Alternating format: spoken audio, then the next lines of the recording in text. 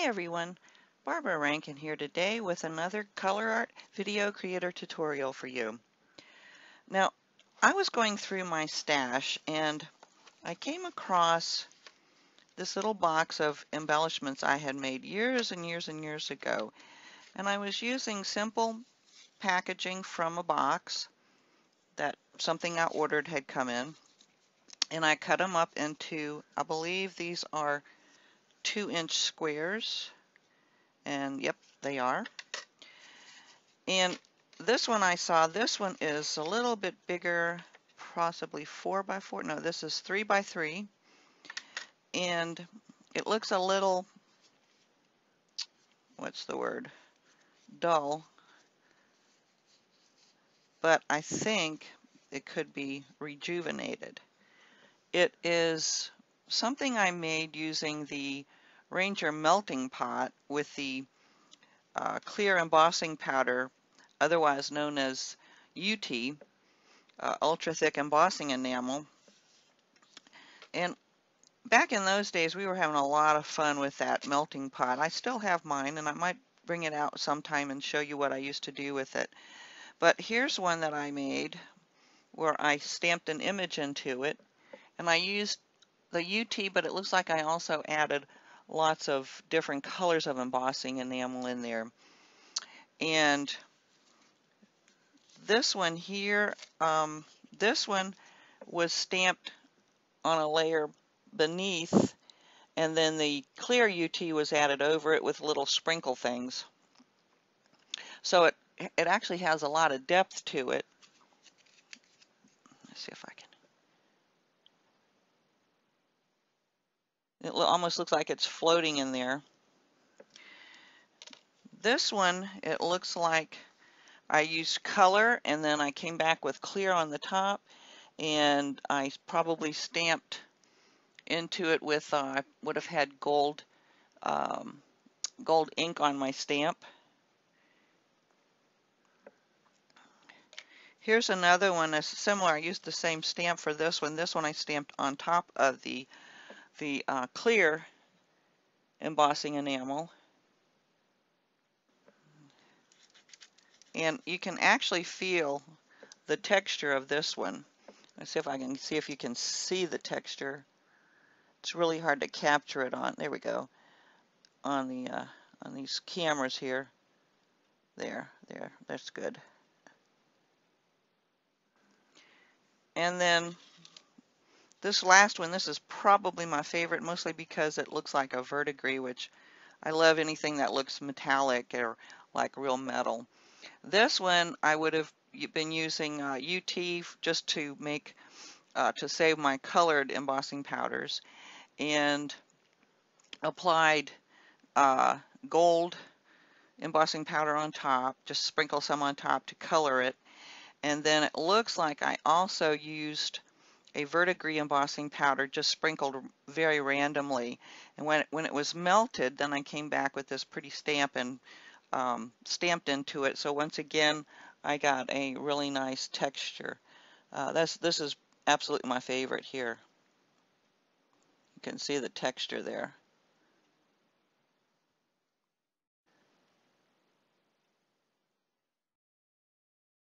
There we go. And you know, some techniques are just timeless, and I think this is one of them.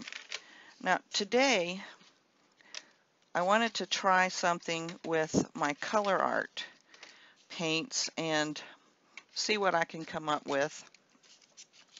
So I wanted to show you first of all how the best way to cut nice straight lines with your craft knife to make nice crisp squares to embellish. So let me set this aside and I'll grab my craft knife and we'll get started.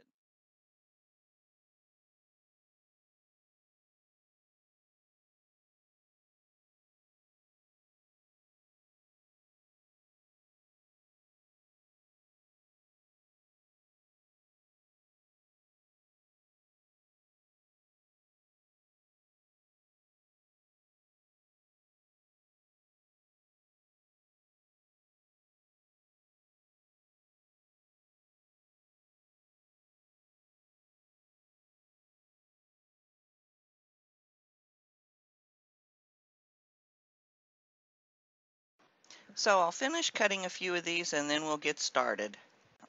The next thing we need to do is prime each piece. For that I'm going to be using white gesso.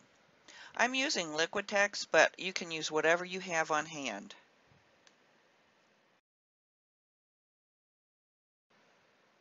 First we want to get some texture on the backgrounds. For a couple I'm going to use this Wendy Vecchi Crackled texture paste I have on hand. Mine's a little dry, but it still works. Next I'm going to use this stencil from Crafter's Workshop.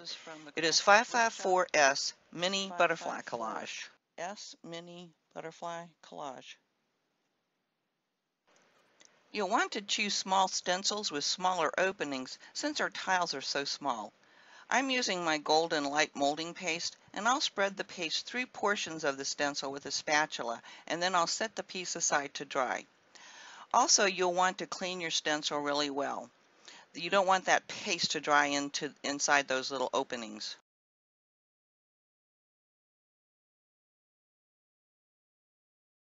For my next tile, I'm going to add a bit thicker layer of the light molding paste, about 1/8 inch thick or so, and I'm going to try to get it as smooth as I can.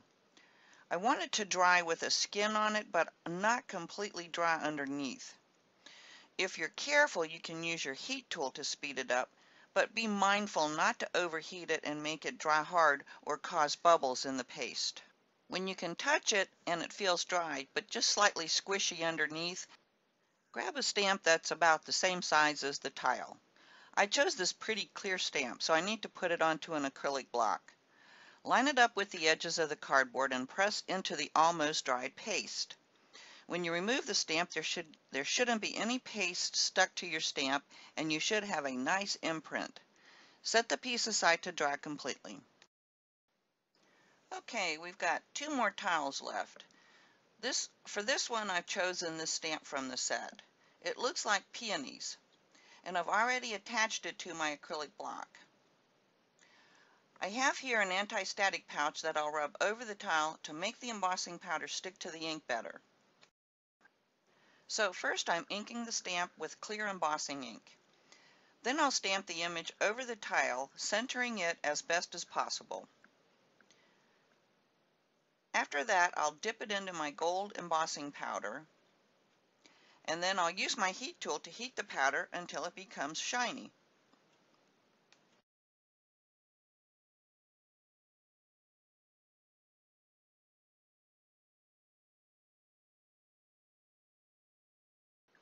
For the last one, I'm simply going to glue a couple of small pieces of torn book pages to the tile using matte medium.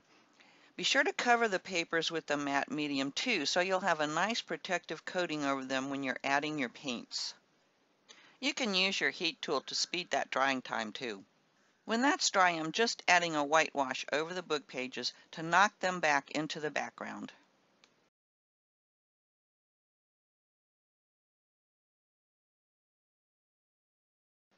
Working on the tile that I had spread with molding paste and stamped into, I'm painting it with 2 coats of Peaceful Poppy Vivid Ultrametallics.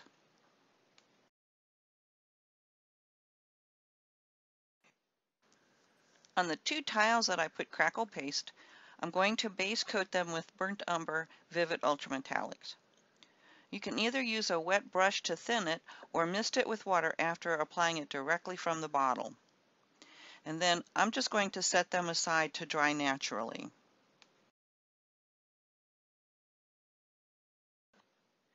Next, I'm going to base coat the stamped and embossed tile with Pink Azalea Vivid, and then I'll let this dry naturally too.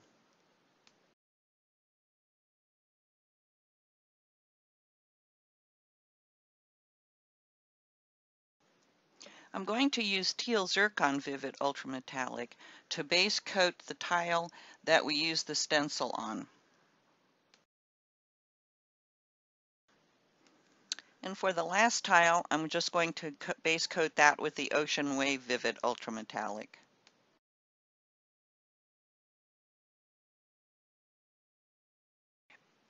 While this first coat is drying, which isn't going to take very long, I'm going to cut a ragged piece of this mesh wallboard tape and adhere it to the top of the tile. Now I'm using my finger to add a second, slightly thicker coat of Vivid. I'll set this aside to dry too. Now back to the red tile. I want to bring out the stamped image, so I'm going to be dabbing Solar Gold Radiant Rain over the surface.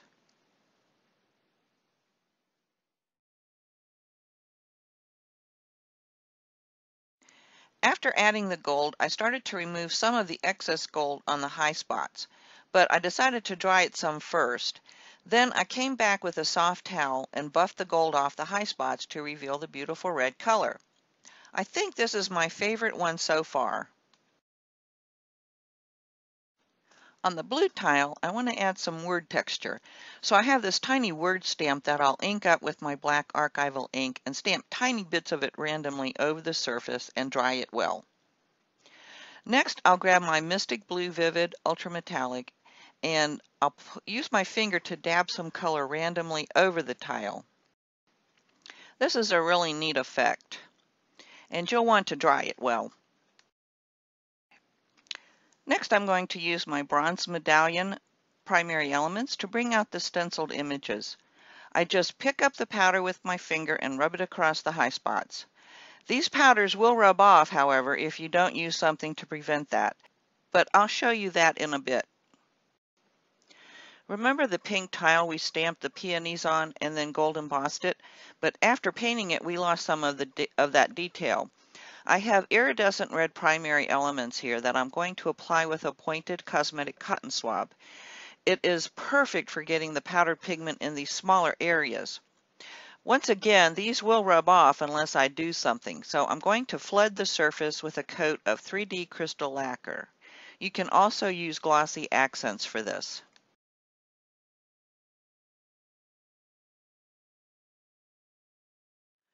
So this is my 3D crystal lacquer.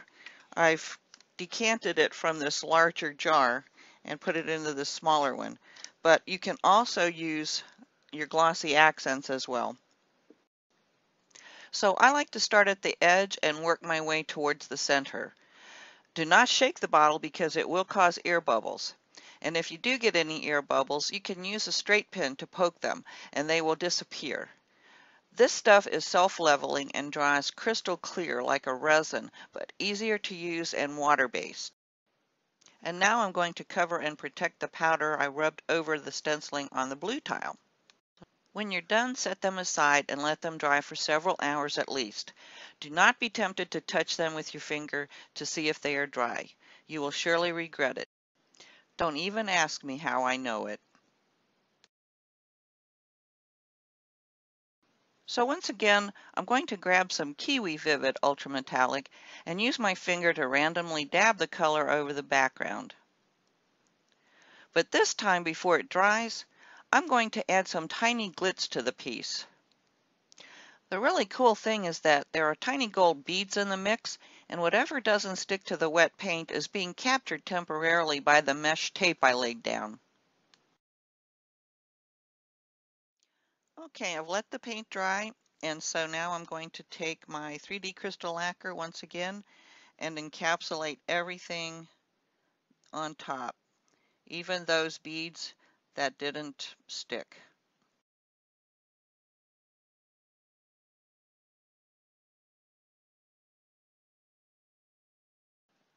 Okay, now for the last two, these were the first ones we did with the crackle paste and the burnt umber vivid. And I want to add just a little more orange to it. And so, or coppery look. This is True Metals Autumn Flame. And I'm just going to dab some of this color over the background where I think it needs help. Sorry, I didn't notice the camera wasn't focusing, but I'm using the same technique as before.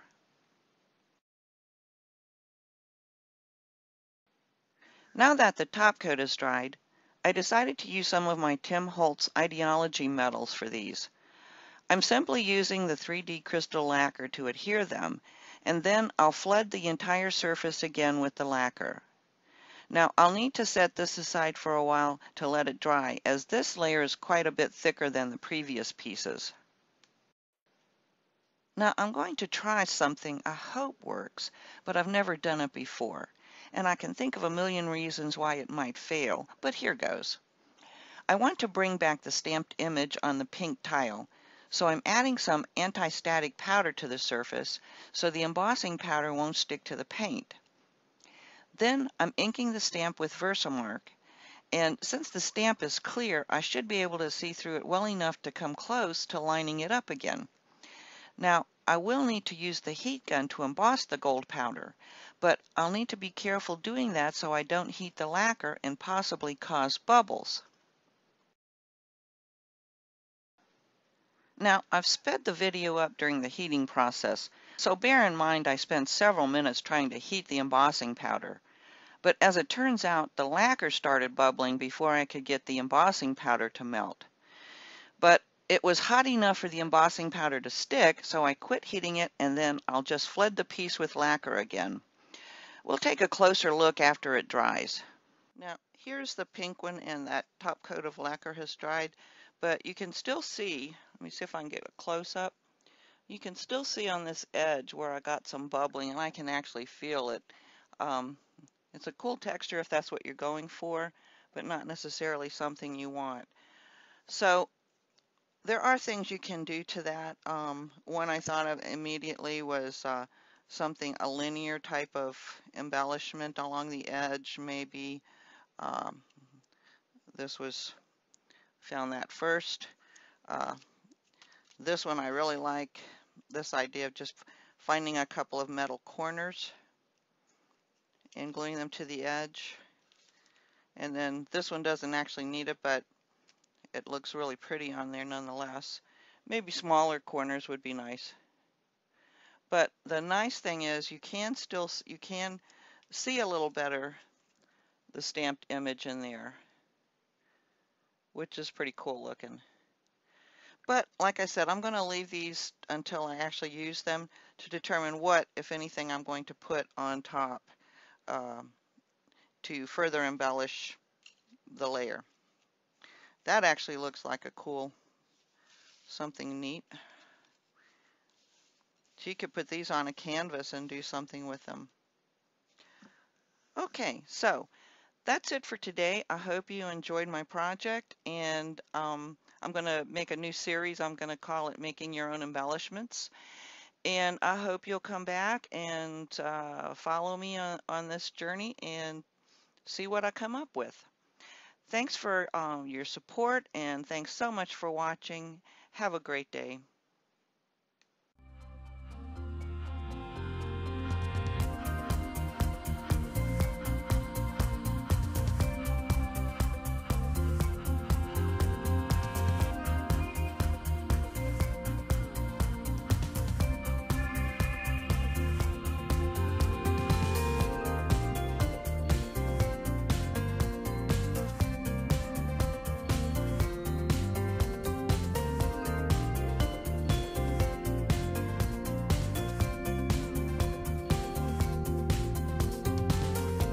For more inspiration from the design team, you can follow these links to our social media sites. If you enjoyed today's project, please give me a thumbs up, and I hope you will consider subscribing to the ColourArte channel. Thanks for watching, and always take time to play.